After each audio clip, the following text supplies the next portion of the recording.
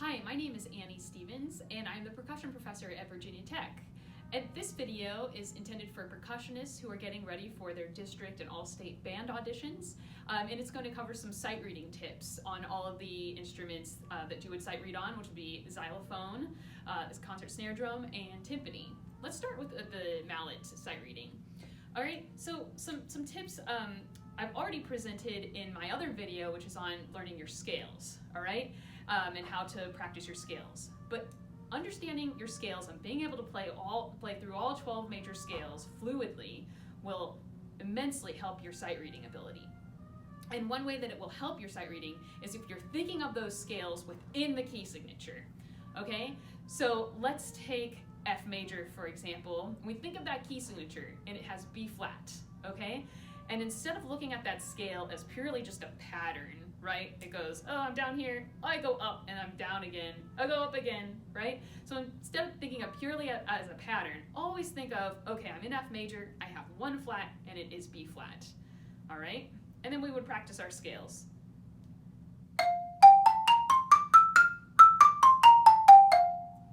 So that's how I want you to practice your scales, really thinking about the key signatures. Because then when you go to practice sight reading, and that's one thing you have to do, to get better at sight reading, you have to practice sight reading. And so how do we do that? We need to find some materials that have some good etudes to sight read.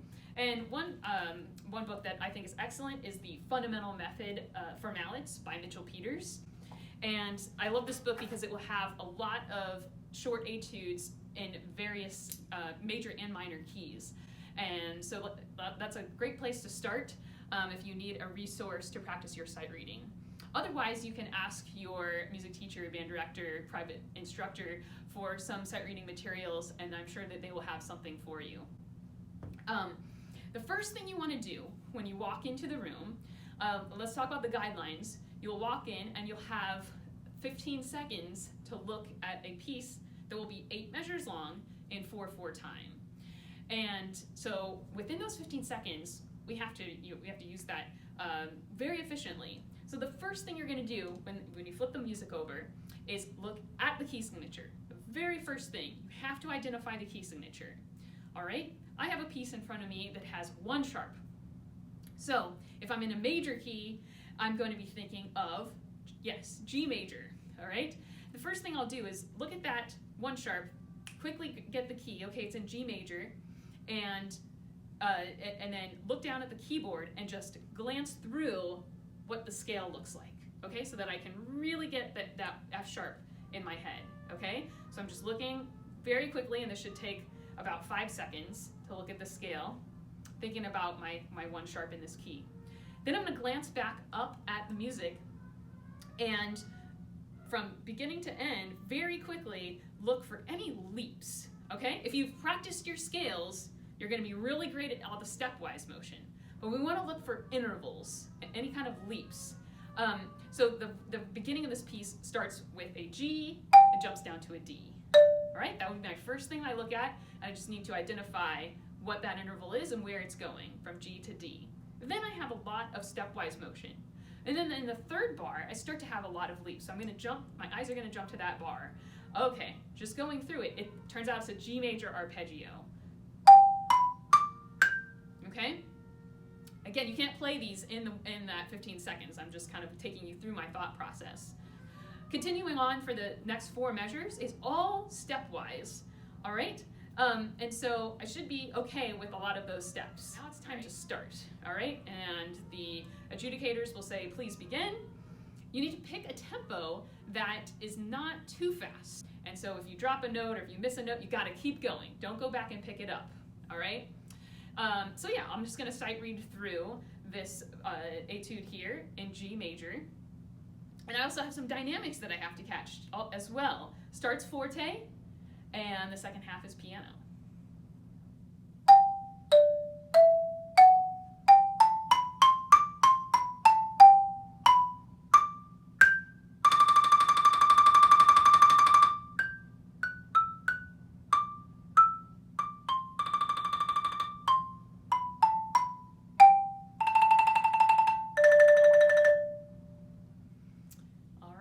And so let's move on to some snare drum sight reading tips. Okay, with the snare drum sight reading, it's great to have some resources that we can practice sight reading out of.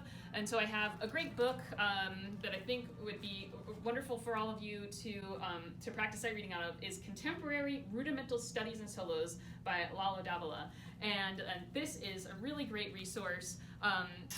All of the etudes take you through various rudiments so that you're kind of exposed to that. And this shouldn't be just used as a sight reading book, though it's a wonderful sight reading resource.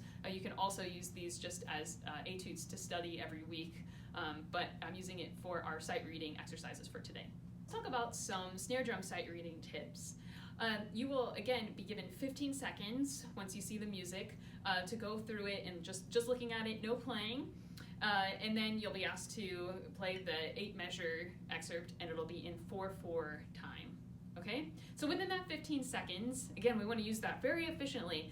For snare drum, we don't have a key signature to worry about. We're just going to start looking through the piece, and quickly, you have 8 measures to look at. Start at the beginning and look at anything that, particularly like some of the syncopation, some 16th note syncopation. Try to get your eyes to skip to those parts of the piece and quickly going through and thinking, okay, just counting the rhythm internally, not out loud, but what could that rhythm be? So for instance, in this one that I'm looking at, the second bar, I have a lot of 16th notes and some syncopation in this bar. So I'm just going to quickly count through silently, and this is what's going on in my head, so I'm going to count out loud for right now. But I'll be thinking to myself, E and a 2, E and a 3 and a 4, E, a 1. Okay? And if you're not great about counting syllables yet, right, really just internalizing what the rhythm is and kind of feeling a time, right? So I'm just going to go ba ba ba ba ba ba ba ba ba ba ba ba ba ba. Okay? So I want to find that measure and make sure that I can get through that really solid. I'm going to jump to any rolls, okay? And the third bar, my eyes go to this roll that starts on beat 3. I want to know where the roll ends. It is on the and of 4, all right? So I know I have to play 3E and a 4E and, okay? That will be my check pattern for the roll, right? The bass for the roll. Let me just demonstrate that. So if I'm starting on beat 3 and I have to end on the upbeat of 4, I'm thinking 3E and a 4E and. That's the check pattern for my roll, which will sound like this. That's in slow motion, okay? Hopefully I'm going to play a little bit faster than that so it doesn't sound so choppy. Might sound like this. Okay? All right, so I want to keep the bass for those rolls as a 16th note check pattern so that I don't get off for my tempo, all right? And then, so depending on the tempo that you're going, some of those rolls might sound a little bit choppy, but it's better to stay in time. All right, so that would be my advice to you, is just to really pick a check pattern, a 16th note bass for those rolls, and stay in time.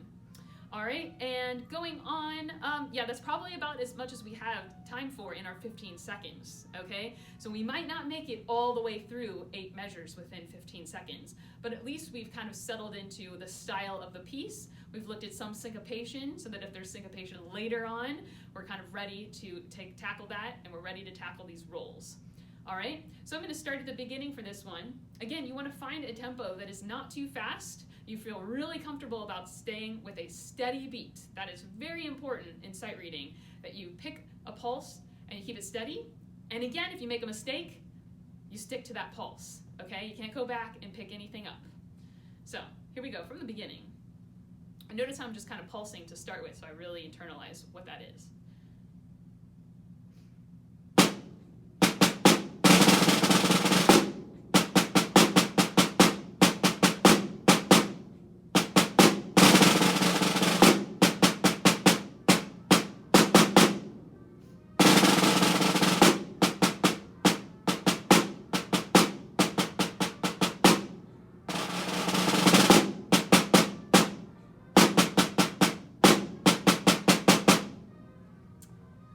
Okay, and as I was going, you might have noticed, the rolls were a little bit choppy, but I was able to keep my steady tempo. Maybe this is something that you feel really comfortable about taking a faster tempo, and that will help your rolls. So for instance, let me just start at the beginning again with a faster tempo so you can hear that.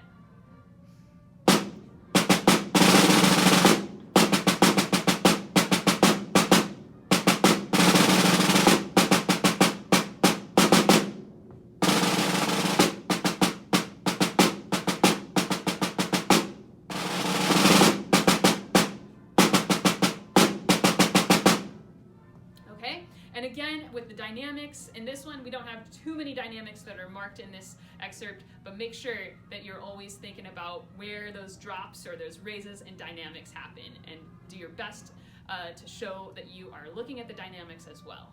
All right? And let's head over to timpani.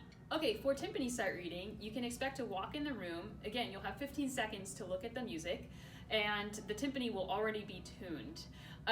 So it will be a 2-drum etude, and yeah, so if we have the tuning already, we don't have to worry about that in our 15 seconds. The first thing we need to do is start looking through the piece just like we would on snare drum, starting at the beginning and identifying which note is on which drum. Okay, with 2 pitches, that's fairly simple because we'll just have a low drum and a high drum. So really familiarizing ourselves with, okay, in this etude that I'm looking at, my low F is on my left, and my C, my higher C, is on my right, okay? And so just kind of letting that soak in during this 15 seconds is really crucial so that you can show that you understand where the different drums are and which pitches we need to play. Now, one thing that makes the timpani difficult, even when we're even playing the most simple rhythms, is that sometimes our hands kind of get twisted, okay? And if we have to go from this drum to this drum really quickly, but we weren't really thinking about what stick we should have started on to try to avoid that, it can put us into a little bit of a bind. So one thing that you can be doing to practice sight reading is actually just doing some kind of stick control exercises on the timpani. Doesn't have anything to do with sight reading on the page. This is more just getting your hands prepared to sight read on timpani and make your hands move quickly from one drum to the other in awkward positions.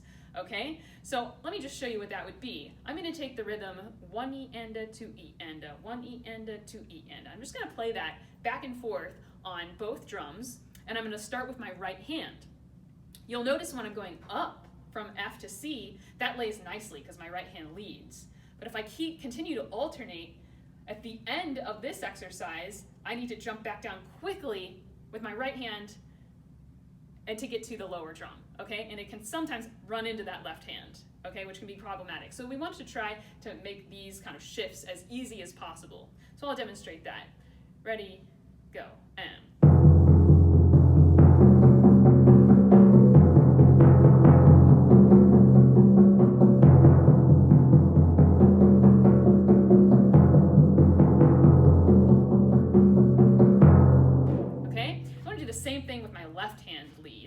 Start on this low drum still. Now this is going to make it kind of awkward going upwards.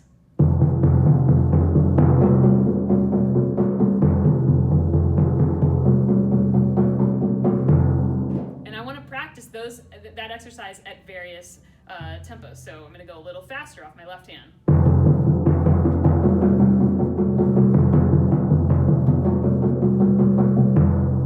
Same thing from my right hand.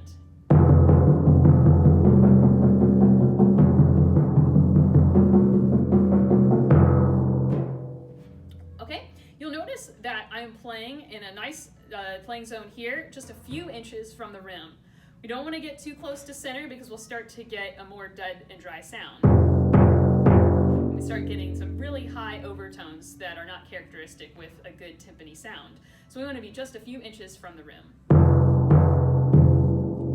And notice that I'm also using that similar full stroke that we've talked about on the mallet instruments, because in this on the timpani, I still don't get as much rebound as I do on a snare drum head, okay, especially with the felt mallet. So I have to turn my wrist and make a full stroke.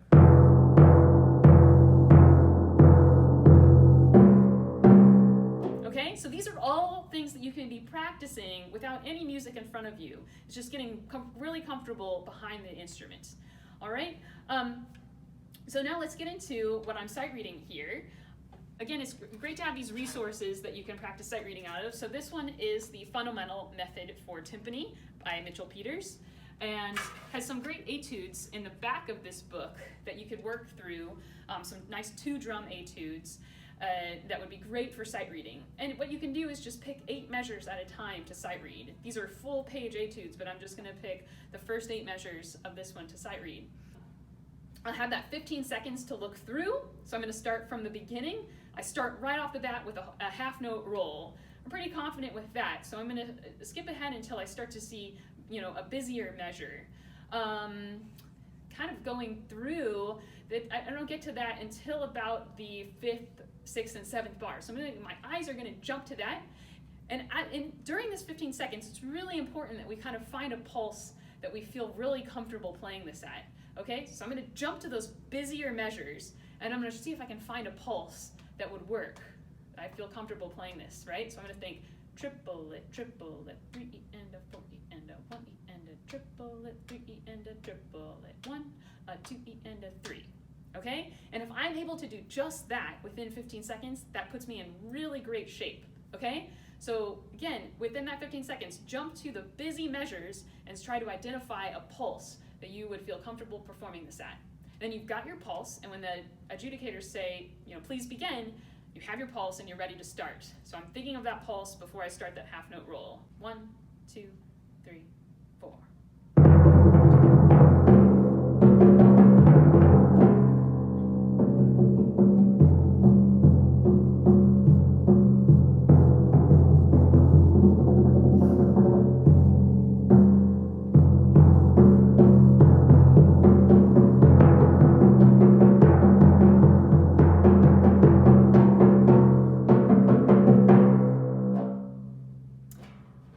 This was a really great etude that kind of showed the usefulness of that exercise that we just warmed up with in terms of getting ourselves out of awkward situations, all right? There were lots of times where I had to quickly shift one hand over to the next drum without getting out of time, okay?